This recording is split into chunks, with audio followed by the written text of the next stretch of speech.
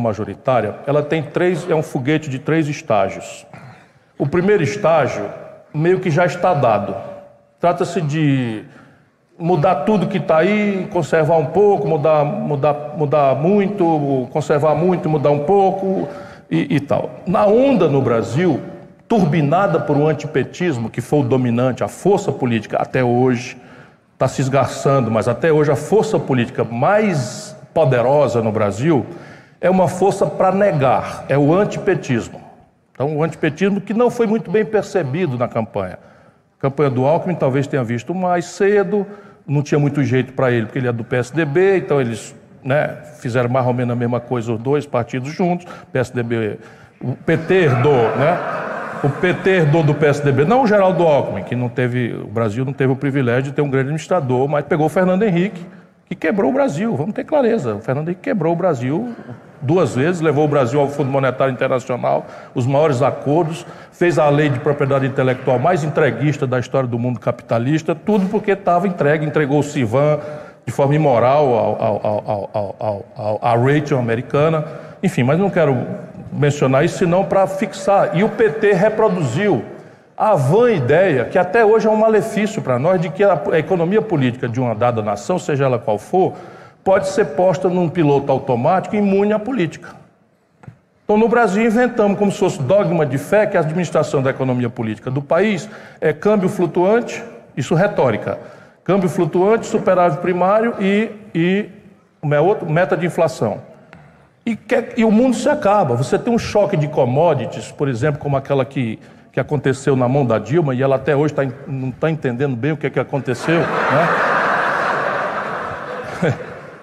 Sim, é concreto. Nós estávamos vendendo uma tonelada de minério de ferro, tinha enjoado da política e estava trabalhando na CSN. A gente estava vendendo, Geraldo, uma tonelada de minério de ferro na data que a Dilma tomou posse por $190. Quando ela foi derrubada, nós estamos vendendo a mesma tonelada por 38. E essa é a grande questão. Mas vamos voltar. Então, o primeiro estágio do foguete era muda tudo. Então, todos nós nos colocamos ali. O Meirelles, que é um homem experimentado, não tinha a vivência política no seu mandato de deputado federal, e se colocou. O Amoedo achou que podia ir, porque todo mundo achava que o país ia mudar. Essa era a grande força, só que era uma força para negar, não era uma força para afirmar. Esse é o primeiro estágio. O segundo estágio tem a ver com a estrutura. E aí o que essa eleição revelou de absolutamente original foi que as estruturas ficaram todas com o Dr. Alckmin, todas, só que elas não valem mais nada diante das novas estruturas. Então, os impulsionamentos criminosos que foram feitos pelo Bolsonaro, comandados aqui dos Estados Unidos, com dinheiro do sionismo radical, etc, etc, ninguém pensa que isso é paranoia, não, porque eles cuidam de desmoralizar isso. Isso está sendo investigado, mas assim, os bilhões de reais, olha o que eu estou falando com B de bola, que irrigaram a guerra híbrida, porque o Brasil é um dos países mais relevantes do mundo. Nós somos um dos países mais relevantes do mundo. Quem hoje está dando entrevista lá no Brasil, já tirando a máscara, é esse Bannon, esse fascista que foi o assessor de marketagem do Trump, e depois brigou com o Trump, e agora está dando entrevista no Brasil, dizendo agora que o vice-presidente Mourão... Cadê a madeira? Que o vice-presidente Mourão... tem gente da esquerda conversando com esse homem, é um negócio inacreditável no nosso país, Então, que o Mourão tem que sair do governo, romper com o Bolsonaro e ir para a oposição. Esse Bannon dizendo que é o marqueteiro aqui do Trump, Então, esse segundo estágio mudou. Então, a internet, por exemplo, a Globo relativizou completamente a importância, pela primeira vez. E errou profundamente, de novo, a grande mídia brasileira, que acha que pode exercitar uma tutela sobre a nação. E, pelo contrário, fez toda a agenda do Bolsonaro ser a mais interessante. Porque se nós falamos em emprego, salário, taxa de juros, inadimplência, aposentadoria, segurança, saúde, nós temos a audiência empática de 98% da população brasileira. Se nós, entretanto, falamos em piroca de... Mamadeira de piroca, agenda identitária não sei de quê, nós vamos perdendo a audiência, porque nós somos uma nação hoje crescentemente evangélica, neopentecostal, dos movimentos carismáticos da Igreja Católica, e isso a gente precisa respeitar. É uma nação completamente diferente daquilo que era no passado. Esse é o segundo estágio. E o terceiro estágio é o candidato. Eu imaginava que eu podia representar essa linha de mudança, não é? Embora eu tivesse uma coisa real na minha história, que eu ajudei o Lula a vida toda. Então era completamente veraz a crítica que fizessem a mim, embora a minha fórmula de envolvimento já tivesse ficado muito claro que eu não aceitei mais ser ministro, já fiz críticas públicas à escolha do Michel Temer, etc, etc, etc. Mas o golpe, para mim, foi um golpe, né? O Ceará foi o único estado do Brasil que deu 2/3 dos votos contra. Eu tinha, portanto, no imaginário popular, uma certa aproximação com o PT, que me fazia colidir com o movimento principal, que era o antipetismo. Mas eu achava que o Bolsonaro era tão inconsequente, que eu conhecia, eu fui colega dele, na Câmara, 4 anos. Ninguém falava com esse cara. Eu era um dos raros que o cumprimentavam, porque ele tinha dito que tinha votado em mim. Diz que quis engabelar o Geraldo, dizendo que votou nele também. Né? Foi em eleições diferentes. Isso não significa que neste ponto ele seja mentiroso como naqueles outros todos, não. Né? E aí o resultado prático, a facada. A facada eliminou a possibilidade da gente desmontar um candidato que não existe. Assim, com todo respeito, nós éramos 13 candidatos. Se você tirar, e eu não serei eu a mencionar, algumas 2 ou 3, no máximo, caricaturas, coisas engraçadas assim, você ficava com 10 cidadãos. Alckmin, 3 vezes governador de São Paulo, prefeito. O Álvaro Dias, se você quiser ser, vamos lá, conservador. Amoedo, neoconservador, com essa mole de novo, não sei o que e tal. Né? E a pior foi pegar o Zema, governador de Minas Gerais, com passaporte falso, comprado. Você acredita? A polícia da Itália pegou essa bomba agora. Tudo novíssimo, tudo novo. Né? Aí você tinha o Meirelles. Esse aqui, por exemplo, não tem ficha suja em nada. E eu disse para ele no começo, ele tem uma memória que ele pega o governo Lula, isso aqui é importante para a sequência do debate. Ele pega o governo Lula, eu fiz um exercício para calcular a taxa de câmbio, se fosse valor presente, quando o Meirelles tomou posse, estaria R$ 9,20. Os brasileiros que vivem de transferências de renda sabem o que significa se a taxa de câmbio hoje fosse R$ 9,20. E entregou para Dilma com R$ 1,75. Como os preços são completamente sensíveis ao câmbio, mais cedo ou mais tarde, o que eles fizeram foi multiplicar por 4 a capacidade de consumo do povo brasileiro. Aí você entende. Só que não tinha sustentação, cuidaram de liquidar o resto de indústria que o país tinha, não é? Essa farra consumista, e fica uma maravilha. Não o Meirelles o culpado, isso é coisa do presidente da República. Pois bem, não podemos desmontar. Agora chegamos hoje.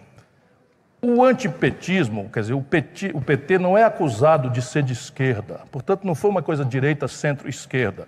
Há um sopro conservador, o Brasil não é imune a isso, mas a economia política brasileira, organicamente, precisa do Estado.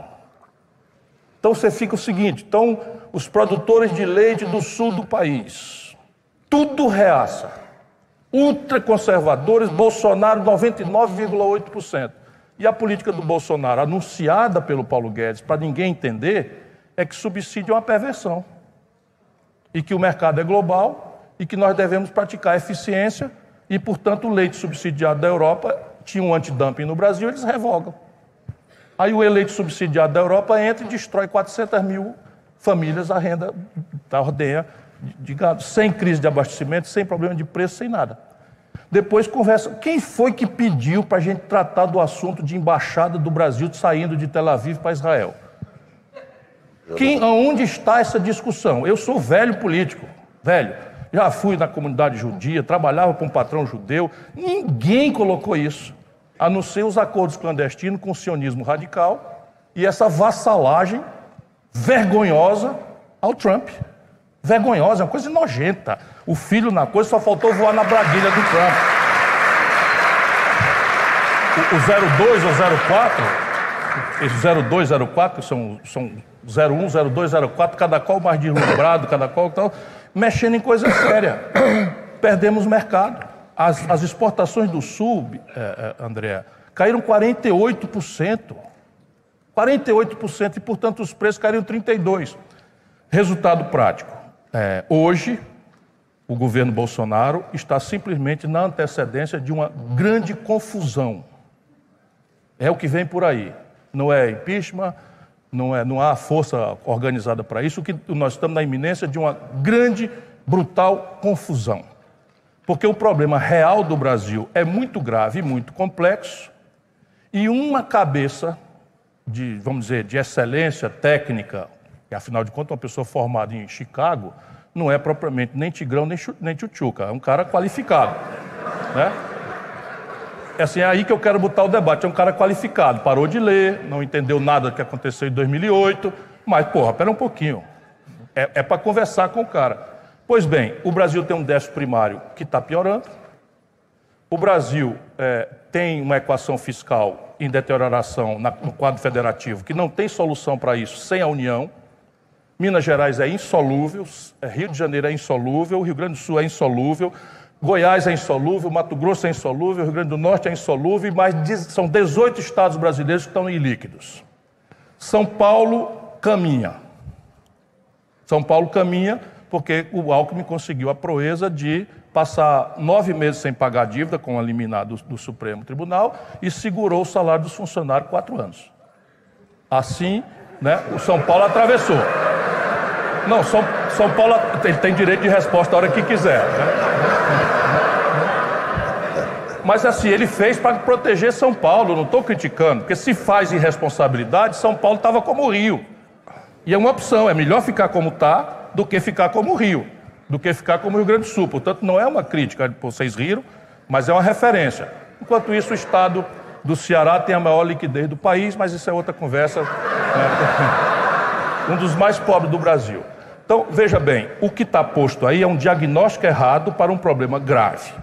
E a interatividade política para a solução desse problema exigia transparência na compreensão do problema. Vamos pegar aqui a Previdência, que parece assim, e eu termino. Previdência no Brasil é chamada de a reforma. Quem gosta do português sabe que A é artigo definido. Então é assim, é toda uma grande mentira de que a Previdência tem um problema e que existe a reforma. A Previdência tem um problema grave. A velha esquerda faz de conta que não tem, mas é simples de entender. Regime de repartição puro, só restam 3 países na América Latina e no mundo: Brasil, Argentina e Venezuela. Não me parece ser boas companhias neste ponto, né? Então, e por que não funciona? Por que quebrou? Porque esse regime o trabalhador de hoje paga o aposentado. Isso funciona quando o mercado de trabalho é altamente jovem, a demografia é jovem, e o mercado de trabalho é altamente formal. Coisa que nós perdemos, as duas coisas. O Japão levou 110 anos para ter 30% da população acima de 70, o Brasil levou 40 para ter 30% da população acima de 70. Acima de 70 os dois. Porque a crise se arrasta desde os anos 80 e nós não damos cabimento de equacioná-la. Quero discutir isso aqui hoje à noite com essa ilustre contribuição aqui, né, dos mais qualificados do que eu. Depois você tem o mercado informal de trabalho. O Brasil hoje tem 32 milhões de brasileiros na informalidade. E a reforma trabalhista, né, de boa fé o nosso amigo Meirelles achou que ia criar 6 milhões de empregos, cuidou de legalizar, né, a selva no mercado de trabalho brasileiro, subtraindo da Previdência mais receita. Então, resultado prático, o Brasil não tem mais como sustentar essa Previdência que está aí. Agora, solução para isso? Primeiro, pacificar o diagnóstico. A velha esquerda diz que a Previdência não tem déficit.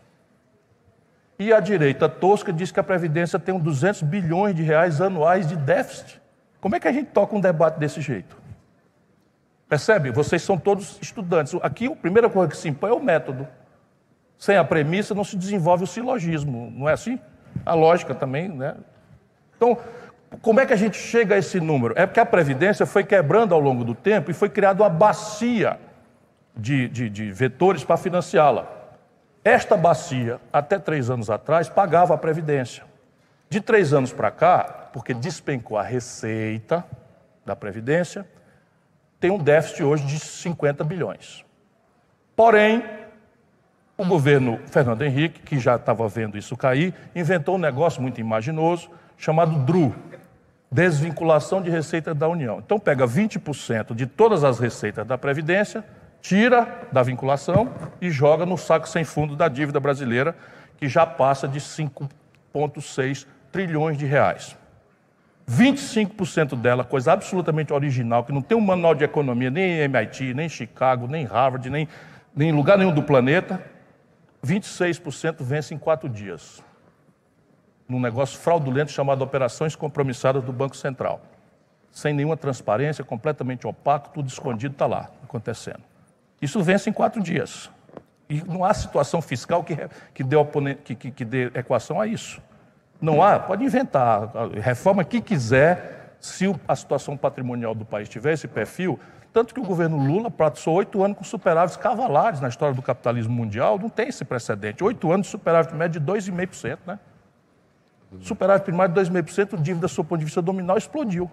Embora como proporção do PIB tenha caído e já explodiu na mão da Dilma, que continua sem saber nada do que aconteceu. O trem passou, ela não viu nada. Então, o grande problema do Brasil é esse. E a Previdência tem 2 tarefas, e eu termino. E nenhuma das 2 está considerada. A primeira, garantir dignidade aos aposentados, é uma óbvia. Mas a segunda é atacar um problema estrutural mais grave do Brasil, que é a nossa tradição de baixíssimo nível de formação bruta de capital.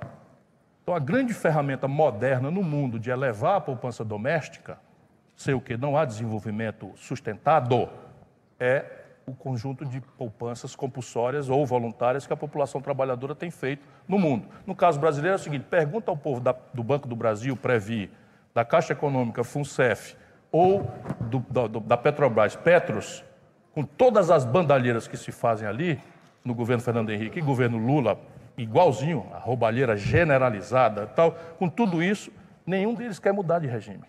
Pergunta se eles querem ir para o RGPS, o Regime Geral de Previdência. E o Brasil não teima em seguir discutindo que o problema nosso é parametrização. Não é. Não é parametrização, porque o Brasil é muito diferente. Uma mulher nordestina rural não vive 62 anos. Eu não posso equiparar essa idade mínima a um trabalhador intelectual do ar-condicionado. Um policial dá 40 anos de correr atrás de bandido, onde é que já se viu isso no mundo? Um professor dá 40 anos de aula, onde é que já se viu isso no mundo? Pessoas que lidam com atividades insalubres e perigosas por natureza delas mesmas, como é que pode ter o mesmo regime? E aí não manda ver, como tem uma verdade de que é preciso equilibrar, você manda a coisa com casca e tudo, sem conversar com ninguém. Ninguém conversou com ninguém, surpreendeu todo mundo, manda um pacote cheio de pegadinha. Por exemplo, tem uma pegadinha lá, doutor Alckmin, Meirelles, que permite que, por lei complementar, desconstitucionaliza, reduzam-se as idades de aposentadoria dos magistrados dos tribunais superiores. Com isso, o Bolsonaro, igual como fez o Chaves, nomeia 6 ministros do Supremo Tribunal Federal.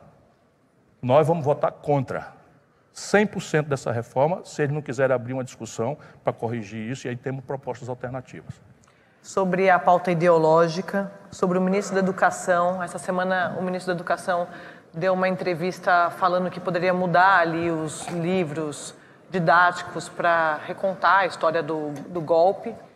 Hoje o presidente Bolsonaro disse que ele pode sair na próxima semana, que não se sabe se ele fica ou se ele vai. Um pouco do que já aconteceu com outro ministro do governo também me lembrou isso, Ciro, porque naquele caso do ministro Bebiano, também ninguém sabia se ficava ou se saía. E aí, dentro desse combo todo de pauta ideológica, eu queria que o senhor falasse sobre qual o papel dos filhos do presidente no governo, como o senhor vê a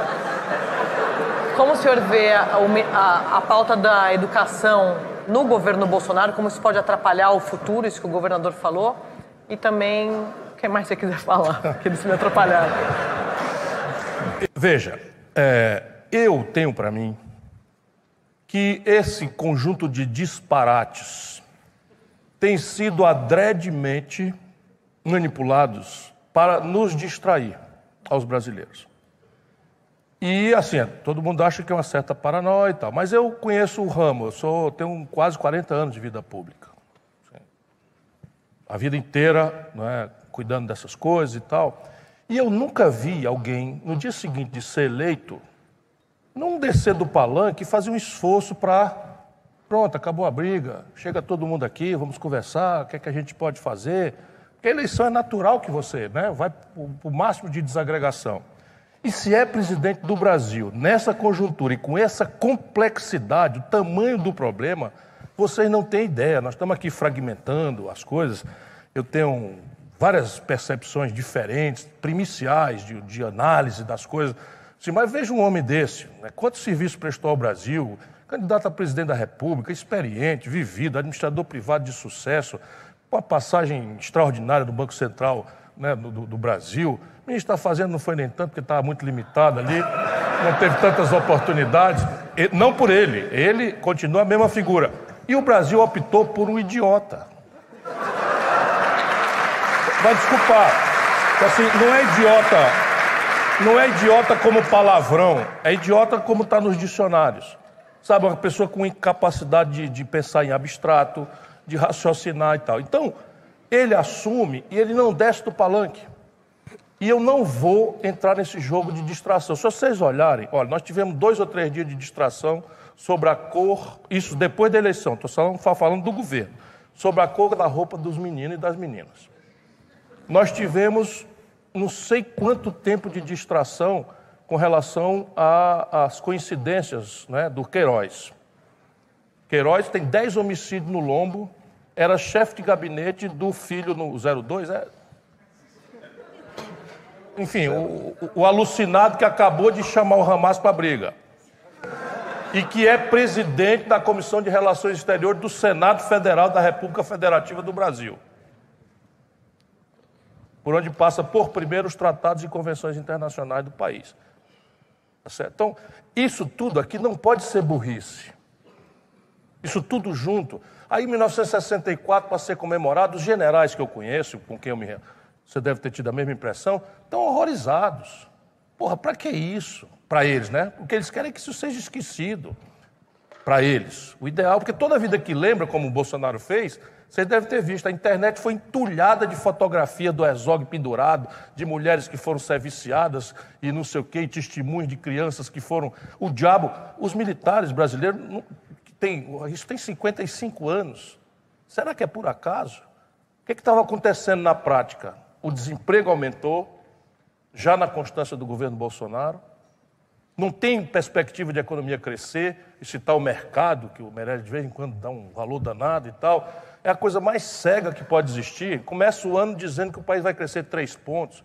Não tem perigo do Brasil crescer. Dos anos 80 para cá, o Brasil cresce 2 pontos em média. Vamos ter clareza, vamos dar uma distânciazinha do objeto observado. Do ano 80 para hoje, o Brasil cresce 2,2% em média.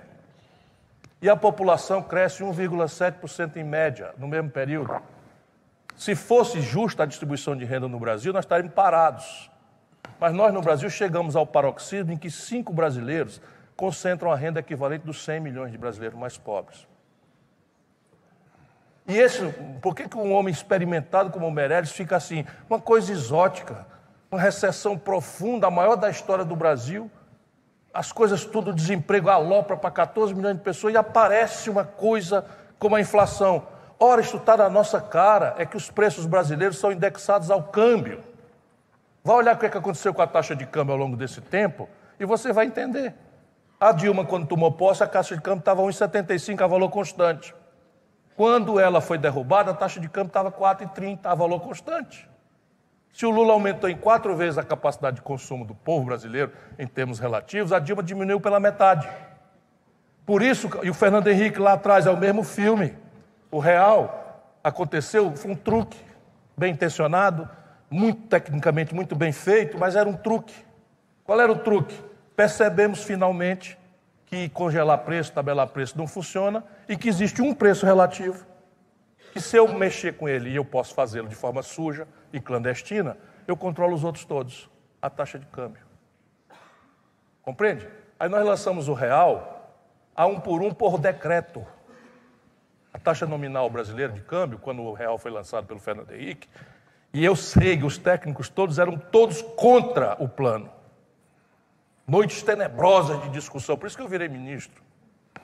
Os técnicos todos, olha, não há a menor condição. Se lançar o plano sem antecedência das reformas, diziam eles, André, Pécio, Baixa, Bracha, Bresser, todos eles, vai ser a maior hiperinflação do mundo. Porque a premissa era, qual? Nós vamos lançar uma moeda nova, conversível ao par com o dólar, e quem duvidar venha buscar que nós resolvemos. Para isso, nós botamos uma taxa de juros lá no planeta Marte, que tinha a tarefa preventiva de prevenir explosão de demanda agregada, que no Brasil não funciona como os manuais de economia.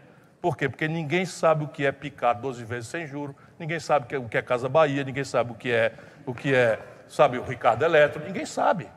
Tenta comprar aqui nos Estados Unidos com cartão de crédito e mandar repartir em 6 vezes. Vocês já viram isso? Alguma vez? Sabe quanto é o juro no Brasil? Do Visa, uma bandeira americana, do Mastercard, uma bandeira americana, do American Express? 486% ao ano. Sabe quanto é no Brasil, aqui nos Estados Unidos? 8%. Isso tudo é regulatório.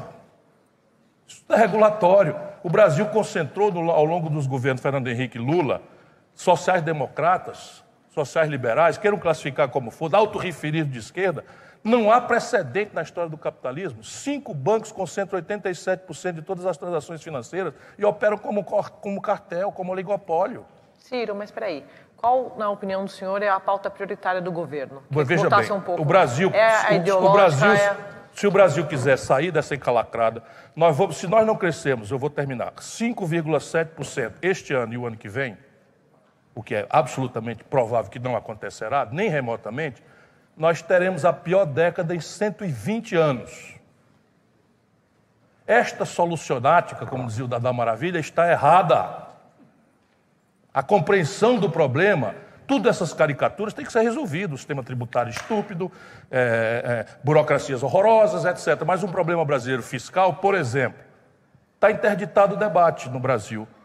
Se nós introduzíssemos, conforme as melhores práticas internacionais, com exceção do Brasil e da Estônia, um tributo sobre lucros e dividendos, a gente arrecadava 70 bilhões de reais no ano. Todos os países do mundo fazem, menos o Brasil e a Estônia. Eu, ministro da Fazenda, com Itamar, cobrava. Fernando Henrique revogou e anos de governo petista mantiveram essa excrescência do sistema tributário brasileiro. Então, eu criei uma alíquota mais progressiva de 35% para as grandes rendas, no imposto de renda. Aqui nos Estados Unidos é muito mais alta, para poder diminuir para baixo. No Brasil, porque a tabela de desconto do imposto de renda está congelada, nós estamos cobrando imposto de renda de quem ganha R$2.000. E quem ganha super executivo, faz um tipo de contrato, pessoa jurídica, tudo fraude. O William Bonner, não é culpa dele, a lei é assim.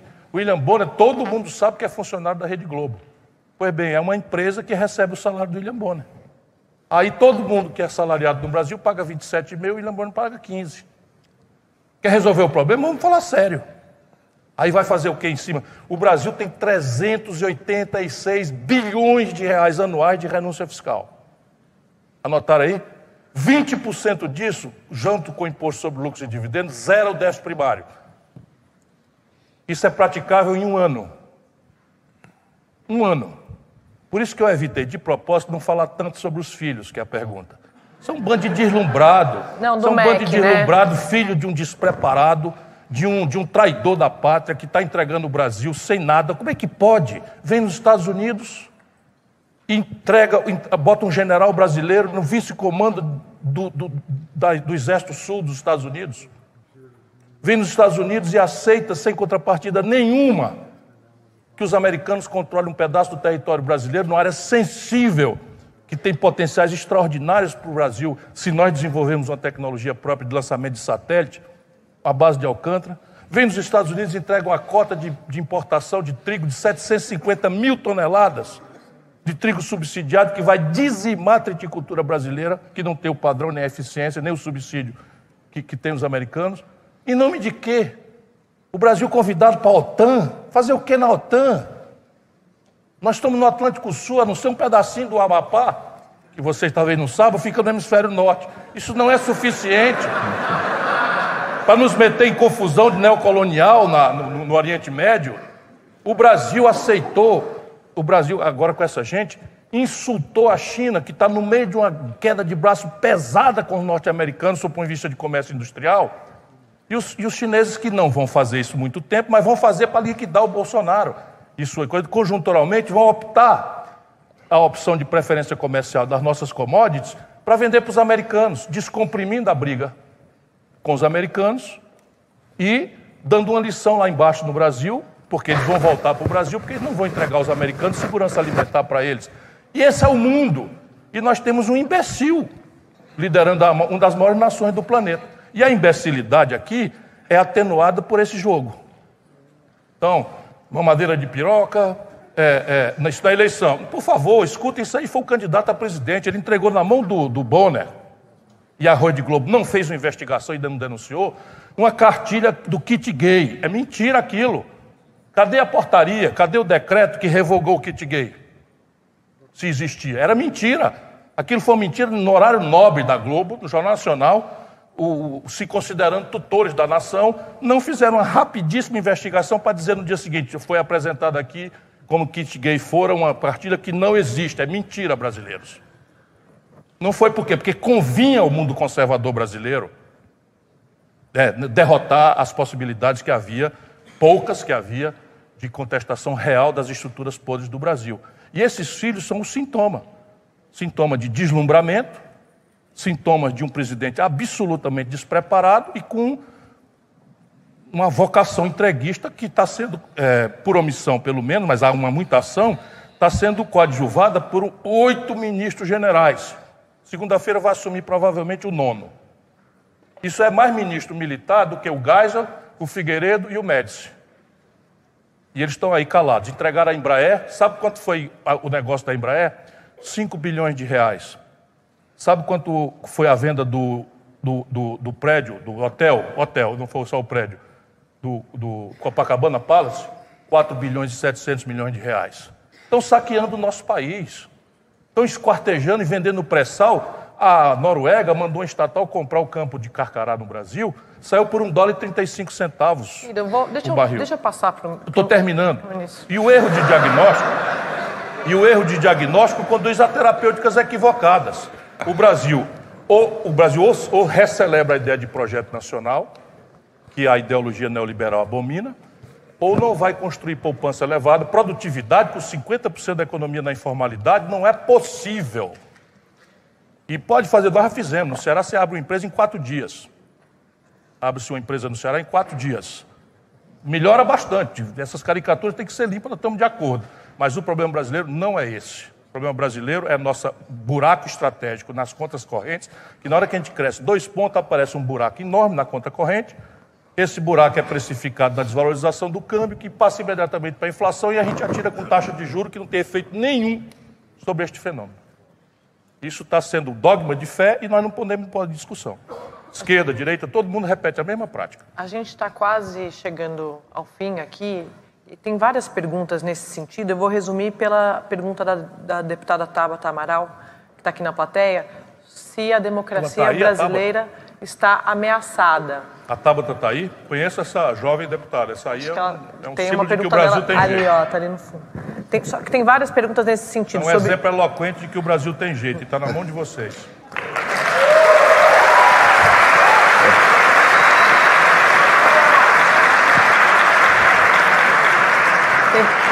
Tem várias perguntas nesse sentido, se existe alguma possibilidade na avaliação dos senhores de alguma ruptura institucional. Então, resumindo a pergunta dela, a democracia brasileira está ameaçada? Caso sim, qual o papel de vocês na defesa da nossa democracia nos próximos anos? Deixa eu dizer, o PT introduziu no imaginário brasileiro, no segundo turno, essa história de ameaça à democracia. Como se democracia só valesse para eles ganharem. E isso ainda está na cabeça de muitos brasileiros. Isso é puro terrorismo, não há a menor justificativa para trás. As péssimas práticas eleitorais do Bolsonaro foram rigorosamente as mesmas péssimas práticas do PT, de pagar impulsionamento clandestino na internet. Agora mesmo o Haddad foi multado em R$176 mil, porque ficou flagrada, demonstrada e tal, essa mesma prática. Portanto, não vejo como o Alckmin, como o Meirelles, nenhum risco à democracia brasileira sob o ponto de vista do desenho institucional. Vale a pena, entretanto, para concluir a minha resposta, que a gente lembre da nossa própria história, porque quem não a conhece está condenado a repeti-la na primeira vez como farsa, na segunda como tragédia. E nós já estamos na 8ª. Então, não sei qual é a tragédia. Então, repare, a história brasileira não é uma história pacífica nem democrática. A história brasileira é uma história violenta, autoritária e não democrática. É só o período mais longo que nós tivemos de estabilidade deu-se. Eu não tenho nenhuma vocação monarquista, apenas é um reconhecimento histórico, com Pedro II, que era um brasileiro extraordinariamente valoroso e durou 60 anos. Havia ali um exotismo, que era o poder moderador, mas era um parlamentarismo, que eu também sou por convicção, mas acho que isso está superado por 2 plebiscitos que o povo brasileiro votou contra. Eu acho que isso vira até cláusula pétrea, o que é lamentável, porque o presidencialismo à brasileira é uma lógica de impasse. Entretanto, a qualidade da democracia brasileira está se deteriorando. É um fenômeno global. Se vocês imaginarem a estupidez imanente, a decisão de uma maioria manipulada por essas fake news, etc., que tirou a Grã-Bretanha da Europa, da zona do euro, isso é um debate que está colocado. Quer dizer, o sistema representativo, a democracia representativa, por exemplo, a Itália está sem governo titular há quase uma década. A Espanha está sem governo titular há muito tempo, porque o sistema representativo, a democracia burguesa representativa, tal como a conhecemos, em tempos de internet, está sob risco. E no Brasil, o vácuo de poder, que foi a deterioração da presidência da República, que tem um papel relevante, como na chefia de Estado, que no caso sempre foi confundida, mas é um outro papel, permitiu o avanço patológico de algumas instituições, porque o poder não se compraz com o vácuo. E as especializações do poder, está lá em Montesquieu, no espírito das leis, quando propõe essa divisão das tarefas, o poder político é uno. O que aconteceu? Colapsou a presidência da República na desmoralização, especialmente agudizada no período Dilma, agravada no período Michel Temer pela ilegitimidade intrínseca da forma como ascendeu a presidência, e nós temos uma invasão patológica, doentia, né, de outros órgãos para exercitar o poder real, o poder político. Por exemplo, o judiciário extrapola invariavelmente. Como é que pode o Ministério Público criar uma fundação privada e botar como lastro financeiro bilhões de reais recuperados da sua tarefa pública estatal de denunciar malfeitos? Vocês imaginam? De repente, um promotor de justiça de Nova York consegue desbaratar uma grande quadrilha e se indeniza a si próprio e cria uma fundação privada para ele administrar com dinheiro da Petrobras, e agora descobriu-se 6,8 bilhões de reais da Odebrecht. Os caras compraram a impunidade da Odebrecht para uma fundação privada que eles estão fazendo. Enquanto isso, nossa ânsia de moralização dos costumes bate palma para essa excrescência, para essa aberração. Então, a qualidade da democracia do mundo está se deteriorando, e a brasileira com esses componentes de caricatura. Esses próximos 4 anos, infelizmente, eu vaticino, não são bons anos para o Brasil. A natureza aqui é menos de um golpe, que não vejo o risco disso, e mais de confusão, secundada talvez por uma renúncia, aí já é profecia sem sustentação, mas tem muito mais cara de Jânio Quadros, despreparado, uma psicologia meio louca e tal, e um exercício de poder sem compreender nada da realidade e tal, com essas maluquices todas. Quando começar a se deslindar milícias, lavagem de dinheiro, não sei o quê, é muito provável, não é, uma troca por impunidade, por proteção, que se interrompa isso. E lá vem a tutela militar, mas dentro das instituições. Isso é a minha opinião. Está vendo? Eu consigo. Gente, muito obrigada. Queria agradecer ao ministro Meirelles, ministro Ciro, governador Geraldo Alckmin. Obrigado a todos, foi muito bom.